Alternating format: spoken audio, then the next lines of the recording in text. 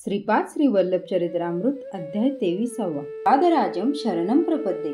शिवयोगी भक्त महिमा शिवपूजा रहस्य विवरण. मी कृष्णयुवल बड्डूतून कुरवपुरास प्रयाण करीत असताना धर्मगुप्त नावाचे एक सद्वेषधारी गृहस्थ भेटले. ते श्रीपादांच्या दर्शनास कुरगड्डीस निघाले होते. ते सुद्धा योगायोगाने पिटिकापुरमला असणाऱ्या व्यंकटपय्या श्रेष्ठीचे जवळचे नातेवाईक होते. मला याचे आश्चर्य वाटले की मला भेटणारे सर्व श्रीपाद प्रभूंचे भक्त होते. ते प्रभूंच्या दिव्य चरित्राबद्दल अधिक माहिती सांगणारे होते. यामागे काहीतरी विशेष हेतू असावा हे नक्की. श्रीपाद प्रभूंच्या चरित्रातील एक वर्ष झाले की त्यात घडलेल्या घटनांचा थोडा मागचा भाग मला कळलेला असेल. त्यातील एका घटनेचा दुसऱ्या घटनेशी फारच कमी संबंध असेल. आतापर्यंत श्रीपाद प्रभूंच्या 10 वर्षापर्यंत घडलेल्या लीलाच मला माहीत होत्या. त्या क्रमबद्ध पद्धतीने त्यांच्याकडून मला कळल्या होत्या. मी मनात विचार केला की श्रीपादांच्या 11व्या वर्षातील लीला मला कळतील का? श्रीपाद प्रभू शनशन लीला विहारी आहेत. श्री धर्मगुप्त म्हणाले, अरे शंकर बटा, मी शिवभक्त आहे. श्रीपाद 11 वर्षाचे झाले असताना एके दिवशी त्यांच्या घरी एक शिवयोगी आला. तो अत्यंत विद्वान होता. तो केवळ कर्तल भिक्षाच घेत असे. तो आपल्याजवळ झोळी, भांडे, थाळी असे काहीच बाळगीत नसे. तो दिसण्यास एखाद्या वेड्या पुरुषाप्रमाणे दिसे. तो एके दिवशी कुकुटेश्वराच्या मंदिराजवळ आला. त्याचे धुळीने माखलेले कपडे आणि विचित्र बोलणे ऐकून त्याला देवळातील पुजाऱ्यांनी मंदिरात येऊ दिले नाही. तो देहाने महान नसलेला अवधूत होता. तो सतत ओम नमः शिवाय हा शिव पंचाक्षरी मंत्राचा जप करीत होता. मी माझे मेहुणे व्यंकटपय्या श्रेष्ठींच्या घरी घोड्यावरून गेलो होतो. वाटेत असलेल्या कुकुटेश्वर मंदिरात जाऊन दर्शन घेण्याची माझी सवय होती. मी वैश्य प्रमुख असल्याने देवळातील अर्चकांनी माझ्या नावाने मोठी पूजा केली. त्यांना चांगली दक्षिणा देण्याची माझी पद्धतच होती. मी 5 वराह त्या अर्चकांना दिले. त्यांनी आपापसात वाटून घेतले. देवळातील अर्चकांनी मला त्यांची आर्थिक परिस्थिती, त्यांचे अनेक कष्ट याविषयी सांगितले आणि सनातन धर्माच्या रक्षणासाठी तुमच्यासारख्या सदाचारी शिष्याची अत्यंत आवश्यकता आहे असे ते म्हणाले. तेवढ्यात बाहेर आलेला शिवयोगी आत आला. त्याबरोबर 2 नाग सर्पही आत आले. ते पाहून अर्चकांच्या तोंडचे पाणी पळाले. शिवयोगी म्हणाले, अहो अर्चक स्वामी, तुम्ही घाबरू नका. ही शिवाची आभूषणे आहेत. पुत्र ज्याप्रमाणे आपल्या पित्याला प्रेमाने आलिंगन देतो, तसेच हे नाग आपल्या पित्यासम कुकुटेश्वराला आलिंगन देण्यासाठी आतुर आहेत. ते आपले स्नेही समान आहेत. आपण आपल्या स्नेहांना पाहून घाबरणे किंवा पळून जाणे हे महापाप आहे. अर्चक स्वामींनी विशेष पूजा केल्यामुळे ते नाग आकर्षित झाले. नागभूषण कुकुटेश्वराची आपण मनापासून अधिक श्रद्धेने पूजा केली पाहिजे. रुद्राध्यायातील नमक आणि चमक सुस्वरात म्हणून रागयुक्त शिवाची भजने म्हटली पाहिजे. अर्चक स्वामी तेथेच बसून होते.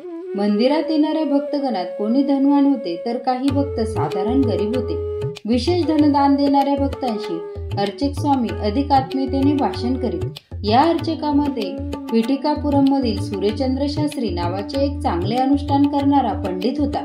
त्याला श्रीपाद प्रभूंबद्दल भक्ती प्रेम होते. तो श्रीपाद प्रभूंचे स्मरण करून नमक चमक सुस्वरात आणि रागयुक्त आलाप गात म्हणत होता. तेथे आलेल्या नागांना त्याचे गाणे आवडले होते. ते सुद्धा आपले फणे हलवत आपला आनंद प्रकट करीत होते. शिवयोग्याला घेऊन सूर्यचंद्र शास्त्री बापनाचार्यांच्या घरी आले. तेथे त्याला संतृप्तिकर भोजन करविले आणि श्रीपाद प्रभूंचे दर्शन घडविले. श्रीपाद प्रभूंनी त्याला शिवशक्ती स्वरूपात दर्शन दिले.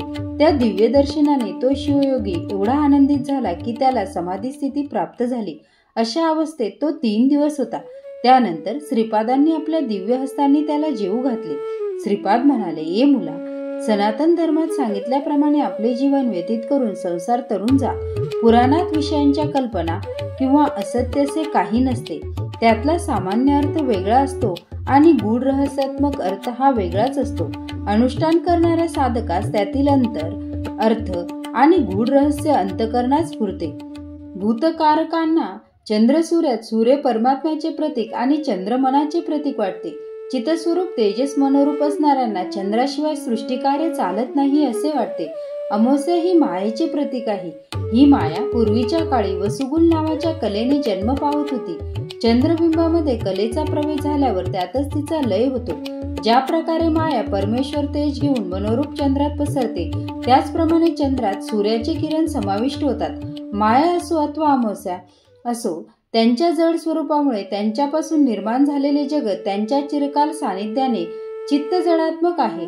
वसंत ऋतू ज्याप्रमाणे सृष्टीतील फूल फळांच्या उत्पत्तीसाठी कारणीभूत होतो, तसे स्त्री सुद्धा शिशूच्या जन्मास कारणीभूत होते. मृत्यू लोकात जीवाला जन्ममरण असते. पाताळ लोकात सूर्यकांतीमुळे कांतिवान दिसणाऱ्या लोकांना रुष्ण असे म्हणतात. सप्त पाताळात वेदांच्या अधिष्ठातृ देवता असतात. मनाचे ज्या ठिकाणी निवासस्थान असते ती भूमी सप्तपाताळ या नावाने संबोधली जाते. याची अग्नी आदी देवता आहे. या अष्टदेवतांना अष्टवसू असे नाव आहे. सूर्यकांतीमुळे शोभायमान होणाऱ्या देवतांना वसू असे म्हणतात. ब्रह्मशिला नगरीत श्रीपाद प्रभूंच्या बहिणीच्या वासवी या नावाचे हे गूढ रहस्य आहे. अष्टगोलकांच्या मध्ये असलेल्या वायुस्कंदाला सप्तसमुद्र असे नाव आहे. सामान्य जन या सप्तसमुद्राला जलस्वरूप समजतात, परंतु ते खरे नाही. शिवमहिमा आंध्र प्रदेशातील 11 शिवक्षेत्रे आणि त्यांचे स्वरूप शिव हा एकादश रुद्र स्वरूप आहे. आंध्र प्रदेशात 11 शिवक्षेत्रे आहेत. त्यांचे दर्शन घेतल्याने महाफल मिळते. ती क्षेत्रे पुढील प्रमाणे आहेत. बृहतशिला नगरातील नगरेश्वर, श्रीशैल्यावरील मल्लिकार्जुन, द्राक्षारामन येथील भीमेश्वर, शिराराम येथील रामलिंगेश्वर, अमरावती येथील अमरलिंगेश्वर, कोटीफली क्षेत्रातील कोटीफलेश्वर, पिटिकापुरम येथील कुकुटेश्वर, महानंदी येथील महानंदीश्वर, काळेश्वर येथील काळेश्वर, कालहस्ती येथील कालहस्तेश्वर, त्रिपुरांतक येथील त्रिपुरांतकेश्वर. शिवाची मूर्ती पूजेसाठी कोठेच नसते. शिवलिंग आत्म्यात तेवणारे ज्योती स्वरूप आहे. सिद्धी प्राप्त झाल्यानंतर निर्मल मनरूपात असणारी निर्मलता म्हणजे स्फटिकलिंग आहे. आपल्या शरीरात असणारा मेंदू त्याला ज्ञान मिळवण्यासाठी सहकार्य करणारा रुद्र आहे. मानेपासून नाडी रूपात मानेच्या खालीपर्यंत व्याप्त असणाऱ्या नाड्यांना रुद्रजटा असे म्हणतात. शिवाच्या हृदययोगी रूपात लुकलीश्वर आहे. शिवप्रभू भिक्षाटन करून जीवाची पापकर्मे हिरावून नेतात. या सृष्टीतील तालबद्ध असलेली सृजन, स्थिती आणि लय यातील महास्पंदन शिवाच्या आनंद तांडवाने सुव्यवस्थित चालतात. यामुळे शिवाला नटराज असे म्हणतात. शिव परमानंद कारक असून ते आपल्या अनन्य भक्तांना मोक्ष सिद्धी प्रदान करतात. चित्त म्हणजे मन आणि अंबर म्हणजे आकाश. आकाश रूपात असणारा तो चिदंबर आहे. तुम्ही पाहत असलेल्या या विशाल विश्वात रोदसी रूपात रुद्रस्वरूपच आहे. 12 ज्योतिर्लिंगात राशीचक्रातील 12 राशींचे हा प्रतीक आहे. म्हणून शिव कालस्वरूप आहे. 8 दिशांना ज्या अष्टमूर्ती आहेत त्या चिदाकाश स्वरूपच आहेत. पंचभूते शिवाची पंचमुखी आहेत. पंचज्ञानेंद्रिय, पंचकर्मेंद्रिय आणि मन मिळून एकंदर 11 रुद्र आहेत. यालाच एकादश रुद्र असे म्हणतात. शिवाचे उमामहेश्वर रूप नित्य प्रसन्न रूप आहे. त्रिगुणाचे भस्म करून घेतलेले रूपच त्रिपुरांतक रूप आहे. ज्ञाननेत्र हा शिवाचा 3रा नेत्र आहे. शिवांच्या जटाजटातून परमपावन अशी निरंतर प्रवाहित होणारी गंगा माता उगम पावते आणि धर्तीवर प्रवाहित होऊन साऱ्या प्रदेशाला सुजलाम सुफलाम करते. आद्रा नक्षत्र आकाशात चमकत असताना शिवप्रभू दर्शन देतात. मिथुन राशी जवळ जाण्यासाठी अगोदर वृषभरास ओलांडून जावे लागते. ही वृषभरास नंदीश्वराचे प्रतीक आहे. तो धर्मस्वरूप आहे. 2 भुवयामधील पेटणारी ज्योती म्हणजेच लालचंद्र कळा. योगस्थितीमुळे उद्भवलेल्या कामवासनेमुळे स्त्री पुरुष भेद नाश झाल्यावर एकत्व स्थितीस प्राप्त होणे आणि याचे स्वरूप म्हणजेच अर्धनारी नटेश्वर. लिंग म्हणजे स्थूल शरीरात आत लपून असलेले लिंग शरीर हे ज्योती स्वरूपात विलसत असते असे वेद सांगतात. शिवपूजा रहस्य अनुष्ठान केल्याने किंवा गुरुकटाक्ष असेल तरच समजते. भौतिक रूपातील पिठापूर जसे आहे तसे ज्योतिर्मय स्वरूप असलेले स्वर्णपीठापूर एक आहे. त्याला आणि श्रीपाद प्रभूंना जो निरंतर भजतो किंवा स्मरण करतो तो ज्ञानी भक्त श्रीपादांना जाणू शकतो. तो कितीही दूर असला तरी स्वर्णपीठिकापुरातच वास करतो. अशा भक्ताला श्रीपाद प्रभू अत्यंत सुलभप्राय असतात.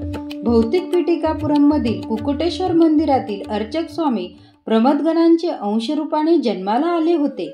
भूत प्रेत पिशाचादी महागण अनेक असतात. योगाभ्यास करणारे आणि श्रीपाद प्रभूंची आराधना करणारे भक्त त्या भूतप्रेतांना रोखून ठेवतात. हे सर्व अडथळे दूर करून जे भक्त श्रीपाद प्रभूंना येऊन भेटतात ते धन्य आहेत. श्रीपाद प्रभू म्हणाले, माझ्या आजोळच्या घराच्या अंगणात एक मोठे संस्थान होणार आहे. असे अनेक वेळा मी सांगत आलो आहे. माझा संकल्प अमोघ आहे. मुंग्या जशा अगणित संख्येत असतात तसे माझे भक्त लक्षानुलक्ष आहेत. योगीगण माझ्या संस्थांचे धर्मपालन योग्य रीतीने करतील. कोण, किती जण, कोठून, केव्हा, कशा प्रकारे येणार ते मीच ठरवतो. पिठिकापूर येथे वास्तव्य केल्यावर श्रीपादांच्या संस्थानाचे दर्शन सर्वांनी केलेच पाहिजे. माझा अनुग्रह जे योग्य शिष्य आहेत त्यांनाच होईल. त्यांच्यावर मी अमृतदृष्टी करेन. अयोग्य व्यक्तीला माझे दर्शन मृगजळासारखे वाटेल. श्रीपाद श्री वल्लभांचा जय जयकार असो. श्रीपाद श्री वल्लभांचा जय जयकार असो. फलश्रुती ऐश्वर्य प्राप्ती.